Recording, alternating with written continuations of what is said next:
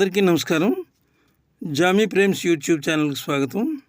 ఈరోజు ఒక పల్లెటూరులో జరిగినటువంటి ఒక సంఘటన గురించి ఈరోజు కథ శీర్షికలో కథ మనం చెప్పుకుందాం. నాగరాజు గారి ఎద్దులు తప్పిపోయాయి ఆ పల్లెటూరులో. ఆ వార్త పల్లెటూరులో దావాలనల్లా వ్యాపించింది. కొంతమంది పాలేర్లు వాటిని వెతకడానికి వెళ్ళారు. నాగరాజుకి ఈ విషయం తెలిసింది. పశువుల పాక దగ్గరకు వచ్చి నాగుపాముల విన్యసించడం ప్రారంభించాడు. మిగతా పాలేరులు అందరూ ఆయన ముందుకొచ్చి చేతులు కట్టుకుని భయంతో నిలబడ్డారు.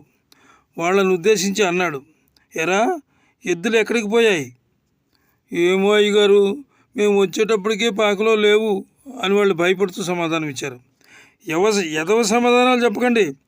పాకలో బందోబస్తుగా కట్టిన ఎద్దులు ఎవరు ఇప్పకుండా ఎందుకు పోతాయి, ఏమైపోతాయి అనేటప్పటికీ అంతలో అక్కడికి వచ్చిన ఒక పాలేరు అన్నాడు, అయ్యగారు, ఎద్దుల్ని సింహాద్రిగాడు నీళ్లు పెట్టడానికి చెరువుకు తోలుకెళ్ళాడంటండి. అవి నీళ్లు తాగి రంకెలేసుకుంటూ ఎటో పారిపోయాయంటండి. చూసిన వాళ్ళు నాతో చెప్పారు అన్నాడు. ఏంటి సింహాద్రిగాడా? ఆడిప్పాడా? ఆడికి నిండా 15 ఏళ్ళు లేవు ఎదవా. ఎద్దులు కాళ్ళ దగ్గర కూడా రాలేదాడు. ఆడిప్పుడు ఏంట్రా? ఆడిన వండుకునిచ్చారు. సరే ఆడిప్పుడు ఎక్కడున్నాడు అని అడిగాడు కోపంగా ఆయన నాగరాజు గారు. ఆడు ఎద్దుల్ని ఎతకడానికి వెళ్ళాడు అయ్యగారు అన్నారు అక్కడ వచ్చిన పాలేరు. ఎద్దుల్ని ఎతకడానికి చాలామంది ఉన్నారు, కానీ ఆడిని ఇలా లాక్కొచ్చిన పాకలో కట్టేసి 4 ఉతకండి నా కొడుకుని, మళ్ళీ ఎప్పుడు ఎద్దులు నిప్పకుండా ఉంటాడు అని చాలా కోపంగా మాట్లాడాడు అనమాట. సింహాద్రిని లాక్కొచ్చి పాకలో కట్టేసి చితకబాతున్నారు. ఆవిడేమో గోలగోలగా ఏడుస్తున్నాడు అనమాట. ఈ ప్రెసిడెంట్ అలాగే చూస్తున్నాడు.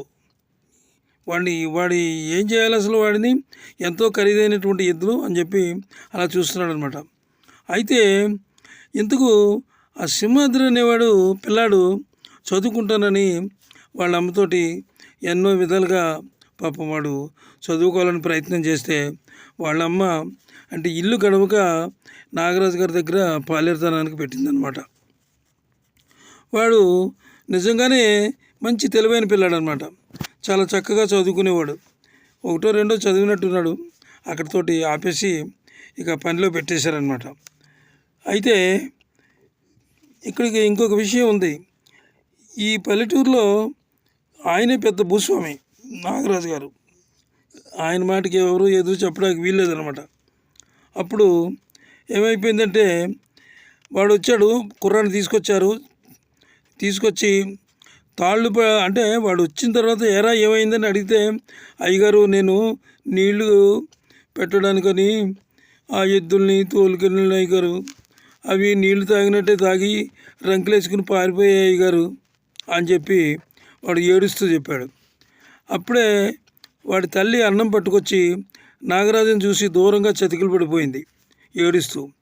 నాగరాజు, రే ఆపండిరా, రేయ్ ఆయన కొట్టడం ఆపండి, ఎద్దులు దొరికేదాడిగా ఆడికి అన్నం కూడు నీళ్ళు ఇవ్వద్దని చెప్పు దాంతో, అంటే వాళ్ళ అమ్మతో అనమాట అన్నాడు. సంధ్య ముసురుకు వస్తుంది, అంటే అయిపోయింది, చీకటి పడుతుంది అనమాట. సంధ్య ముసురుకు వస్తుంది. ఎద్దుల్ని వెతకడానికి వెళ్ళిన వాళ్ళు తిరిగి వచ్చారు, ఎక్కడ దొరకలేదని చెప్పారనమాట.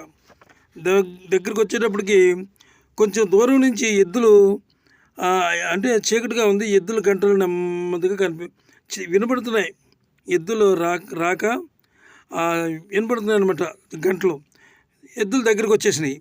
అయ్యగారు మన ఎద్దులు తిరిగి వచ్చేసినాయి అండి అని చెప్పి పెద్ద పాలేరు ఆ ఎద్దుల్ని తీసుకుని గబగబా వెళ్ళి పాకలో కట్టేశాడు. అయితే నాగరాజుతో సహా అందరూ అక్కడి నుంచి వెళ్ళిపోయారు. అయితే వాడి తల్లి ఏం చేసిందంటే వాడికి కొంచెం అన్నం పెట్టి ఇంటికి తీసుకెళ్ళడానికి ప్రయత్నం చేసింది. నాగరాజు గారి ఎద్దులు వాటంతా అవే తిరిగి వచ్చాయి, కానీ సింహాద్రి ఒంటి మీద దెబ్బలు మాత్రం తిరిగి మళ్ళీ నొప్పులు పెట్టడం ప్రారంభించాయి. ఈ వీడియో మీకు నచ్చినట్లయితే సబ్స్క్రైబ్ చేసి మాకు సపోర్ట్ ఇవ్వండి.